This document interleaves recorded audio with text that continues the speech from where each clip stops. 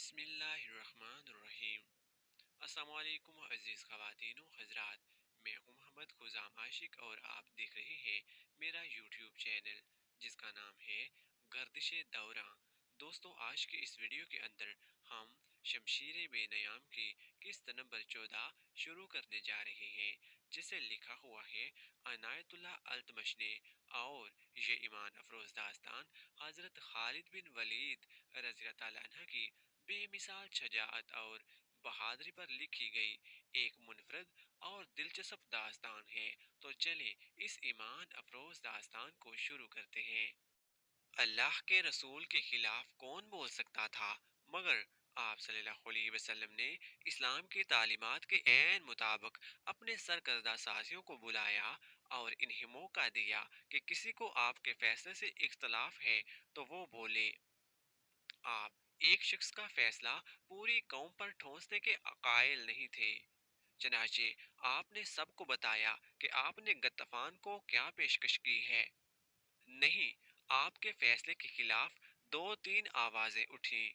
ہماری تلواریں جن کے خون کی پیاسی ہیں، خدا کی قسم ہم انہیں اپنی زمین کی پیداوار کا ایک دانہ بھی نہیں دیں گے۔ جنگ تو ہوئی نہیں، ہم لڑے بغیر کیوں ظاہر کریں کہ ہم لڑ نہیں سکتے؟ اس کی تائید میں کچھ آوازیں اٹھیں، ایسی دلیلیں دی گئیں جنہیں رسول اللہ نے اس لیے قبول فرما لیا کہ یہ اکثریت کی آواز تھی۔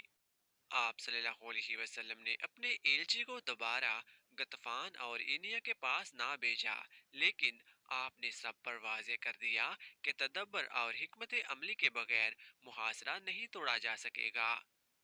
خدا حق پرستوں کے ساتھ تھا۔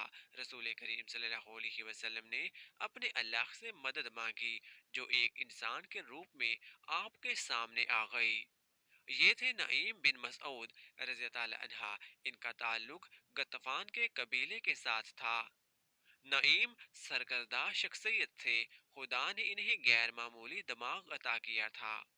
تین اہم قبیلوں قریش، غطفان اور بنو قریظہ پر ان کا اثر و رسوخ تھا۔ ایک روز نعیم، جو قبیلہ غطفان میں تھے، مدینہ میں رسول خدا کے سامنے آن کھڑے ہوئے تھے۔ خدا کی قسم تو قبیلہ غیر کا ہے۔ رسول اللہ نے فرمایا، تو ہم میں سے نہیں، تو یہاں کیسے آ گیا؟ میں آپ میں سے ہوں، نعیم نے کہا۔ مدینہ میں گواہ موجود ہیں، میں نے در پردہ اسلام قبول کر لیا تھا۔ اپنے فیصلے کے ساتھ اسی مقصد کے لیے آیا تھا کہ آپ کے حضور حاضر ہو جاؤں گا، مگر موقع نہ ملا۔ پتہ چلا کہ آپ نے میرے قبیلے کے سرداروں اور سالاروں کو قریش سے دوستی ترک کر کے واپس چلے جانے کا پیغام بھیجا تھا، اور آپ نے اس کا معاوضہ بھی بتا دیا تھا، لیکن آپ نے بات کو مزید آگے نہیں بڑھایا۔ اللہ کے تجھ پر رحمت ہو۔ رسول خدا نے پوچھا، کیا تو بات کو آگے بڑھانے آیا ہے؟ نہیں، میرے اللہ کے سچے نبی، نعیم نے جواب دیا، مجھے آپ ہی کے قدموں میں آنا تھا۔ اہل مدینہ پر مشکل وقت آن پڑا ہے، میں اپنی جان لے کر حاضر ہوا ہوں۔ یہ حضور کے اور اسلام کے شیدائیوں کی جس کام آ سکتی ہے، حضور کے قدموں میں پیش کرتا ہوں۔ اپنے لشکر میں سے چھپ چھپ کر نکلا ہوں، خندق میں اتر تو گیا، لیکن سنتریوں کی موجودگی میں اوپر آنا خودکشی کے برابر تھا۔ اوپر چڑھنا ویسے بھی محال تھا، بڑی مشکل پیش آئی۔ خدا سے آپ کے نام پر التجا کی، گڑ گڑا کر دعا مانگی، اللہ نے کرم کیا، سنتری آگے چلے گئے اور میں خندق پر چڑھ آیا۔ رسول اکرم کو نعیم کے متعلق بتایا گیا کہ یہ کس حیثیت کی شخصیت ہے۔ رسول کریم صلی اللہ علیہ وسلم نے ان کے ساتھ دو چار باتیں کی تو آپ کو اندازہ ہو گیا کہ نعیم اونچی سطح اور عقل کے انسان ہیں۔ آپ صلی اللہ علیہ وسلم نے نعیم کو بتایا کہ محاصرے نے جو حالات پیدا کر دیے ہیں، ان سے نکلنے کے لیے ضروری ہو گیا ہے کہ قریش کے لشکر میں جو مختلف قبائل شامل ہیں، انہیں قریش سے بدظن کیا جائے۔ اس کا طریقہ یہ ہے کہ دو تین قبائل کے ساتھ خفیہ معاہدے کر لیے جائیں۔ یا رسول اللہ، نعیم نے کہا، اگر میں یہ کام اپنے طریقے سے کر دوں تو کیا حضور مجھ پر اعتماد کریں گے؟ تجھ پر اللہ کی رحمت ہو نعیم۔ رسول اللہ نے فرمایا، میں تجھے اور تیرے نیک ارادوں کو اللہ کے سپرد کرتا ہوں، میں واپس اپنے قبیلے میں چلا جاؤں گا۔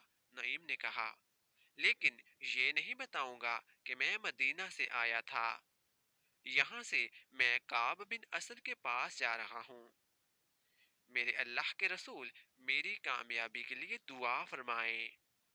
ادھر مدینہ میں رات کو پہرے بڑے سخت تھے، پیچھے کی طرف خندق نہیں تھی، ادھر پہاڑیوں نے قدرتی دفاع مہیا کر رکھا تھا، ادھر پہرہ داروں اور شتی سنتریوں کی تعداد زیادہ رکھی گئی تھی، اور شہر کے کسی آدمی کا ادھر جانا بڑا مشکل تھا۔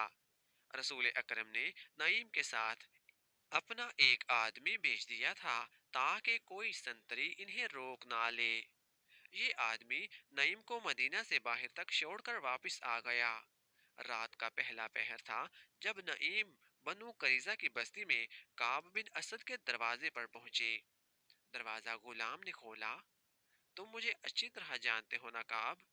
نعیم نے پوچھا۔ نعیم بن مسعود کو کون نہیں جانتا؟ کعب نے کہا، غطفان کے قبیلے کو تجھ جیسے سردار پر بہت فخر ہوگا۔ کہو نعیم، رات کے اس وقت میں تمہاری کیا خدمت کر سکتا ہوں؟ میں نے 10 دنوں کی مہلت مانگی تھی، ابھی تو 6-7 دن گزرے ہیں، میں نے مسلمانوں پر شب خون مارنے کے لیے آدمی تیار کر لیے ہیں، کیا تم یہی معلوم کرنے آئے ہو؟ میں اسی سلسلے میں آیا ہوں۔ نعیم نے کہا، تم بیوقوف ہو کعب، تم نے قریش کے ساتھ کس بھروسے پر معاہدہ کر لیا ہے؟ مجھ سے نہ پوچھنا کہ میرے دل میں تمہاری ہمدردی کیوں پیدا ہوئی ہے، میں مسلمانوں کا بھی ہمدرد نہیں کیونکہ میں مسلمان نہیں۔ تم اچھی طرح جانتے ہو میرے دل میں انسانیت کی ہمدردی ہے، میرے دل میں ہمدردی ہے تمہاری ان خوبصورت اور جوان بیٹیوں، بیویوں اور بہنوں کی جو مسلمانوں کی لونڈیاں بن جائیں گی۔ تم نے قریش سے بڑا خطرناک معاہدہ کر لیا ہے، لیکن اس کی ضمانت نہیں لی کہ اہل قریش تمہیں مسلمانوں سے بچا لیں گی۔ ہم نے بھی قریش کے ساتھ معاہدہ کیا ہے، لیکن کچھ ضمانت بھی لی ہے۔ کیا قریش جنگ ہار جائیں گی؟ کعب بن اسد نے پوچھا۔ وہ جنگ ہار چکے ہیں، نعیم نے کہا۔ کیا یہ خندق انہیں شہر پر حملہ کرنے دے گی؟ قریش کے لشکر کو بھوک نے بے حال کرنا شروع کر دیا ہے، میرا قبیلہ بھوک سے پریشان ہو گیا ہے، میں نہیں چاہتا کہ کل تم میرے قبیلے کو بدنام کرو کہ غطفان تمہیں مسلمانوں کے رحم و کرم پر چھوڑ گئے تھے، تم مسلمانوں پر حملہ کر کے انہیں اپنا دشمن بنا لو گے اور قریش اور ہم محاصرہ اٹھا کر واپس چلے جائیں گے۔ اپنے دونوں قبیلوں بنو کینکا اور بنو نذیر کا انجام جو مسلمانوں کے ہاتھوں ہوا تھا وہ تمہیں یاد ہوگا۔ کعب بن اسد پر خاموشی طاری ہو گئی۔ میں جانتا ہوں تم نے قریش سے کتنی اجرت لی ہے، نعیم نے کہا، لیکن یہ خزانہ جو تم ان سے لے رہے ہو اور یہ خوبصورت لڑکیاں جو خی بن اختب نے تمہارے پاس بھیجی ہیں، یہ سب مسلمانوں کی ملکیت ہو جائیں گی اور تمہارا سر تمہارے تن سے جدا ہوگا۔ تو کیا میں قریش سے معاہدہ توڑ دوں؟ کعب نے پوچھا۔ معاہدہ نہ توڑو، نعیم نے کہا، انہیں ابھی ناراض نہ کرو، لیکن اپنی حفاظت کی ان سے ضمانت لو۔ عرب کے رواج کے مطابق انہیں کہو کہ ان کے اونچے خاندانوں کے کچھ آدمی تمہیں یرغمال کے طور پر دے دیں، اگر انہوں نے اپنے چند ایک معزز اور سرکردہ آدمی دے دیے تو یہ ثبوت ہوگا کہ وہ معاہدے میں مخلص ہیں۔ ہاں نعیم، کعب بن اسد نے کہا، میں ان سے یرغمال میں آدمی مانگوں گا۔ نعیم بن مسعود رات کے وقت پہاڑیوں میں چلے جا رہے تھے، ان کی منزل اب قریش کی خیمہ گاہ تھی جو کئی میل دور تھی۔ سیدھا راستہ چھوٹا تھا لیکن راستے میں خندق تھی، وہ بڑی دور کا چکر کاٹ کر جا رہے تھے، وہ گزشتہ رات سے مسلسل چل رہے تھے، مگر چھپ چھپ کر چلنے اور عام سفر میں بہت فرق ہوتا ہے۔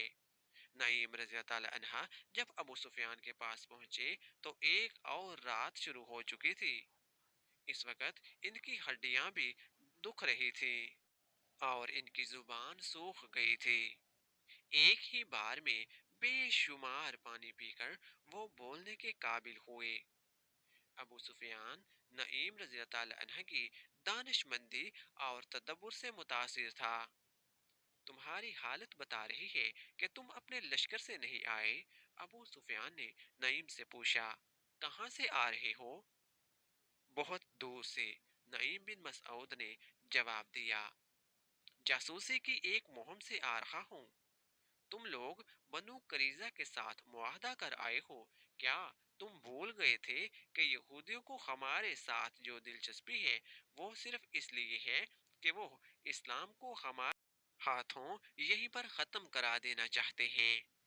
میں بنو قریظہ کے دو دوستوں سے مل آیا ہوں، اور مجھے مدینے کا بھی ایک پرانا دوست مل گیا تھا۔